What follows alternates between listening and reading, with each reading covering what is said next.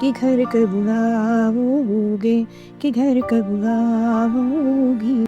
संदेशे आते हैं, घर कब आओगे। यह सिर्फ एक सवाल नहीं, यह हर उस माँ, पत्नी और बच्चे की आवाज है जो देश की रक्षा करने वाले अपने सैनिक का इंतजार करता है। यह कोई साधारण गीत नहीं, यह उस सिपाही की धड़कन है जो सीमा पर खड़े होकर अपने देश के लिए, जब हम अपने घरों में कंबल ओढ़कर चैन की नींद सोते हैं, तब वह -40 डिग्री की बर्फ में जागता रहता है। और जब ठंडी हवा हड्डियां चीर देती हैं, जब सांस लेना भी युद्ध बन जाए, तब वही सैनिक हमारी सीमाओं पर, हिमालय की ऊंचाइयों पर खड़ा होकर कहता है, तुम सुरक्षित रहो, देश सुरक्षित रहे। यह हर उस सैनिक का दर्द है जो देश के लिए अपने घर व अपनों से दूर है। इस वीडियो में हम बात करेंगे बॉर्डर फिल्म की पूरी भावनात्मक कहानी, उसके किरदारों और उस सच्ची देशभक्ति की जो 1971 के युद्ध में लोंगेवाला की रेत पर लिखी गई। संदेशे आते हैं जैसे गीत क्यों आज भी आंखें नम कर देते हैं। यह वीडियो समर्पित है उन वीर जवानों को जिन्होंने अपने घर से पहले देश को चुना। यह कहानी है उस इंतजार की जो कभी खत्म नहीं होता। यह कहानी है फिल्म बॉर्डर की, जहां देश पहले है और घर बाद में। उसके हाथों में बंदूक है पर दिल में माँ की तस्वीर, आंखों में घर की राह और सीने में तिरंगे की आन। ऐसे ही सिपाही के लिए आते हैं वो खत जो बर्फ से भी ज्यादा ठंडे मोर्चे पर दिल को गर्म कर देते हैं। यही है संदेशे आते हैं। जब यह गीत बजता है तो सिर्फ कान नहीं, दिल सुनता है। घर की चौखट खोजती है, माँ की रसोई से उठती खुशबू, बाबूजी की खामोश दुआ, बहन की राखी और पत्नी की सुनी आंखें, इन सब का एक ही नाम है, संदेशे आते हैं।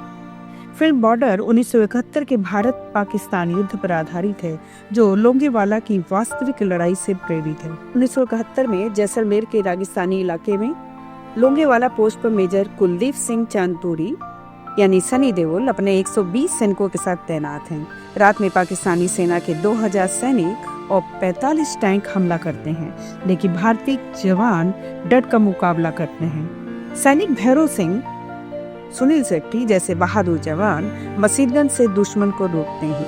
सुबह भारतीय वायुसेना आकर पाकिस्तानी टैंकों को नष्ट कर देती है।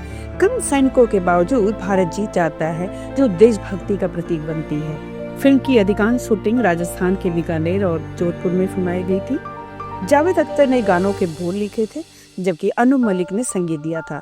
संदेश आते हैं गीत सोनू निगम, विनोद राठौर, सुदेश भोसले और रूप कंवर राठौर ने गाया था, जो सर्वश्रेष्ठ लोकप्रिय देशभक्ति हिंदी गानों में से एक बन गया। जहां गोलियां चलती हैं, लेकिन उनसे ज्यादा तेज माँ की दुआ चलती है। यह कहानी है उन जवानों की जो कहते कुछ नहीं, लेकिन सब कुछ सह जाते हैं।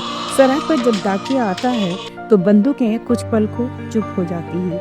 एक चिट्ठी जिसमें लिखा होता है, बेटा फिक्र मत करना, हम ठीक हैं। लेकिन उस एक पंक्ति में छिपे होते हैं हजार आंसू और लाखों दुआएं। माँ जानती है बेटा सरहद पर है, पर यह नहीं जानती वो जिंदा है भी या नहीं।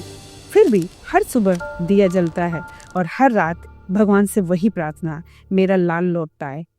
पत्नी के लिए हर त्योहार अधूरा है, हर खुशी उधार। वह हर आहट पर दरवाजे की ओर देखती है। शायद आज कोई संदेशा आया हो। यह गीत हमें याद दिलाता है, देशभक्ति सिर्फ नारा नहीं, यह त्याग है, यह इंतजार है, यह खामोश बलिदान है।